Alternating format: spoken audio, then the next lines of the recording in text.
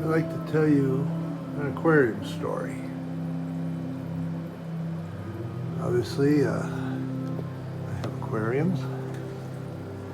This story starts in 1963 when the Beatles played Ed Sullivan. I was 10 years old. And the family got a 10-gallon aquarium in the living room, and it was just a tremendous amount of fun.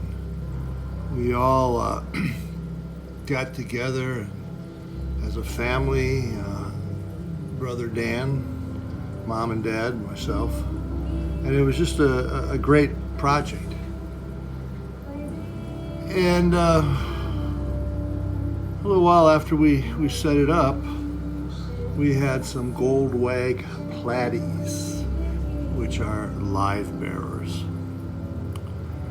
And one of them had babies, and I can remember distinctly watching those little buggers pop out of the pregnant mother, and they're live. But it was quite traumatic because they got eaten. So we immediately went down the next day to Woolworths, the only pet store really, to get a breeding tank, a breeding container to put babies in. So 30 days later, we had another batch, and before long, we had to have a 5-gallon aquarium below that, and we were breeding the platies. It was a lot of fun, and all kinds of things were learned.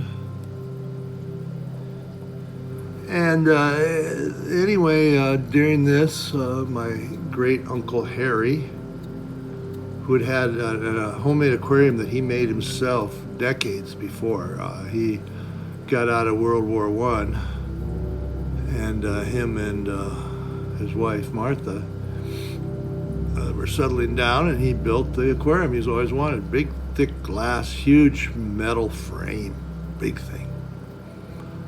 And it was his tank.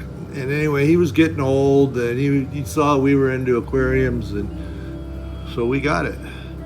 Dad, who's a pretty good carpenter, built a really nice stand for it downstairs in the basement.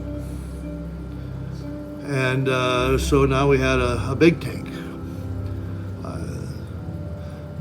Dad also had kind of mastered repairing air pumps, aquarium air pumps. They were highly problematic back then. They didn't last long, and most people would just buy a new one. Well, Dad got spare parts, figured out how to clean it, how to replace the stuff, and so instead of buying a new Silent Giant filter, or air pump, I mean, Dad would fix people's pumps. We were a member of the Southern Minnesota Aquarium Society, and people had just heard that, Dad was pretty good. So anyway, he had this little business fixing pumps downstairs next to the big aquarium, and in town there was only Woolworths, and then there was a fella who lived outside of town by the cemetery. And he had an aquarium shop in the basement of his house. And his house was pretty run down house, older house, real old. And when you walked in, it wasn't very clean, to put it bluntly, and kind of had an odor. He'd been living there for many, many, many years, and going downstairs in the basement was quite hazardous. You had to duck and then watch your feet. And being an old house, the basement didn't even have really brick walls. It was more like rocks. It was just a mess.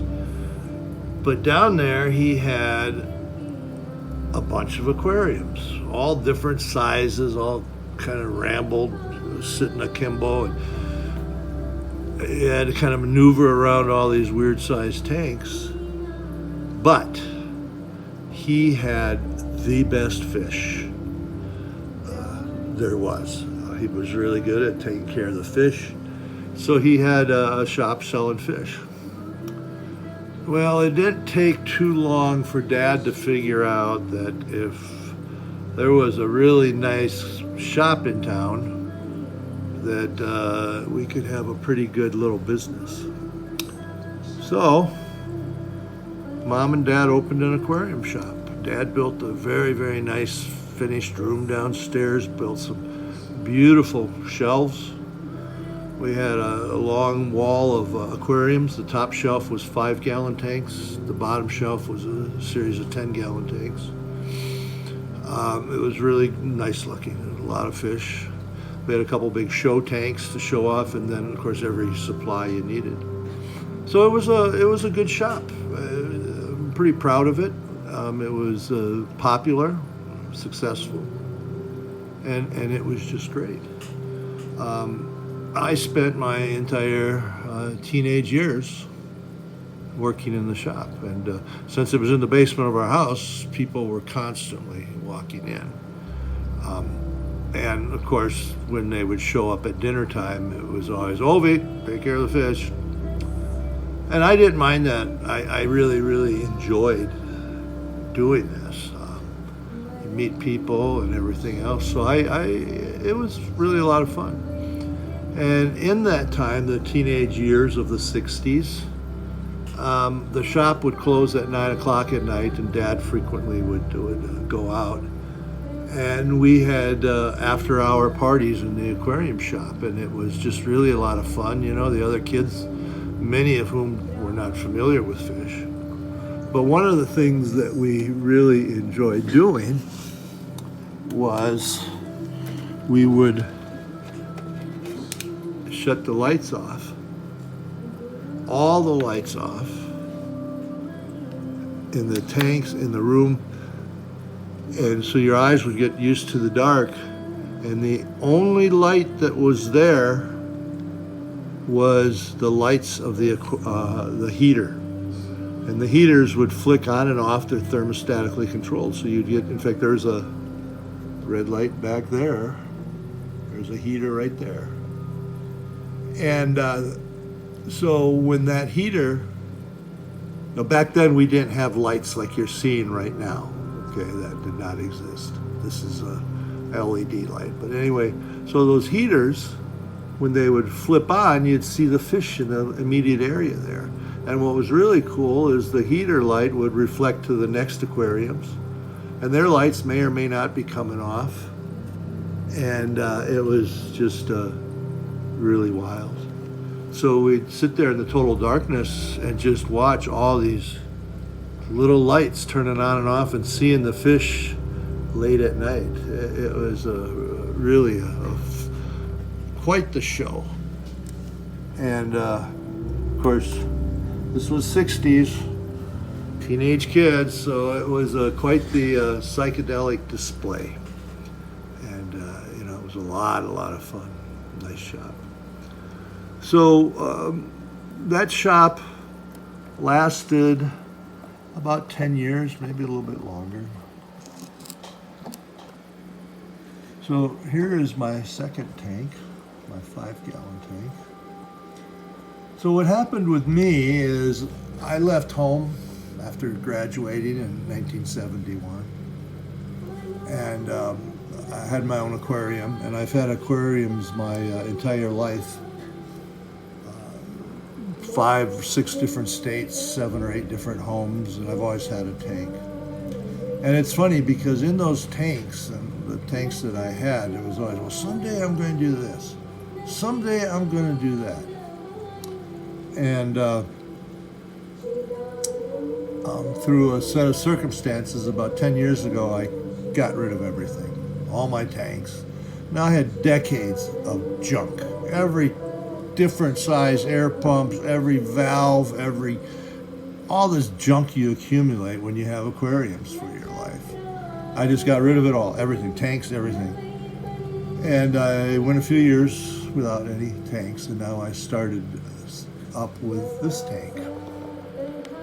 This tank is a really nice little self-contained tank, filter built in, and it's really nice.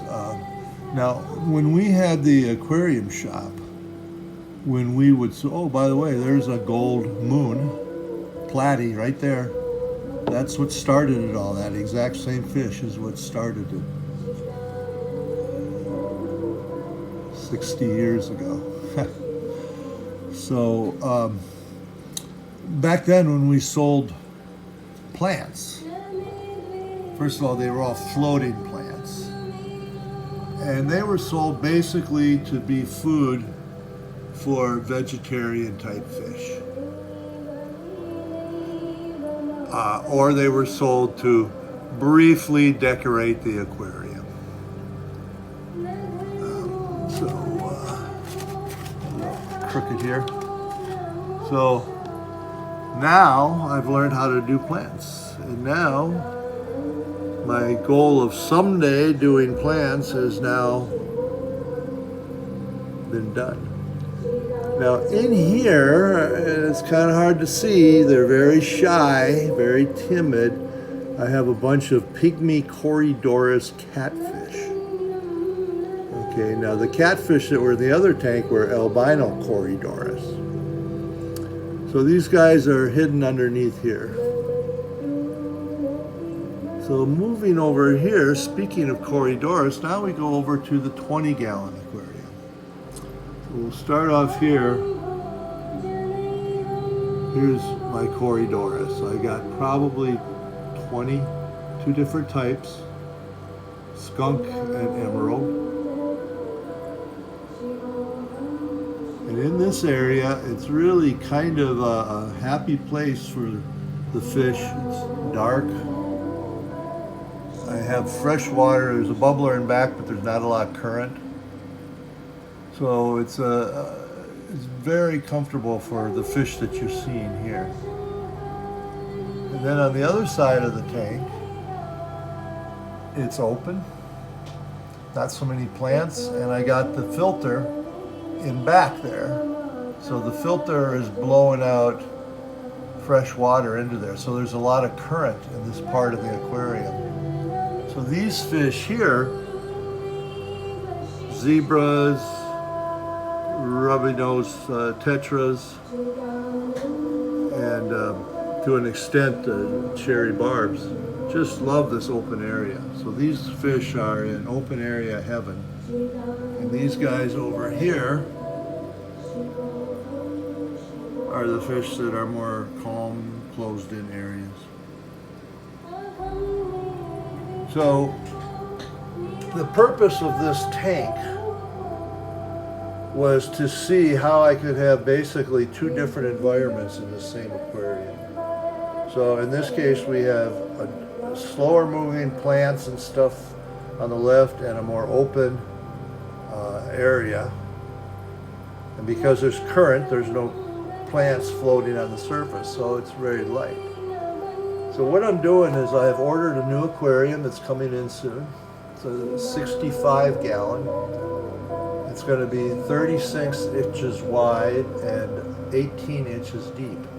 Now this aquarium here is 20 inches wide, so my new tank is going to be about this deep. Now what I have in that new tank is I'm going to have 2 layers of substrate. I'm going to have a 2-inch to 3-inch layer on the front left third of the aquarium, and then I'm going to have these pieces of excuse me, petrified wood. And the petrified wood is going to build a wall.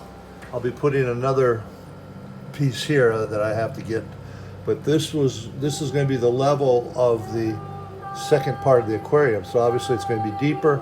I'll be able to put deep-rooted plants in that part of the aquarium. Now, of course, with everything, here's my little aquarium stuff.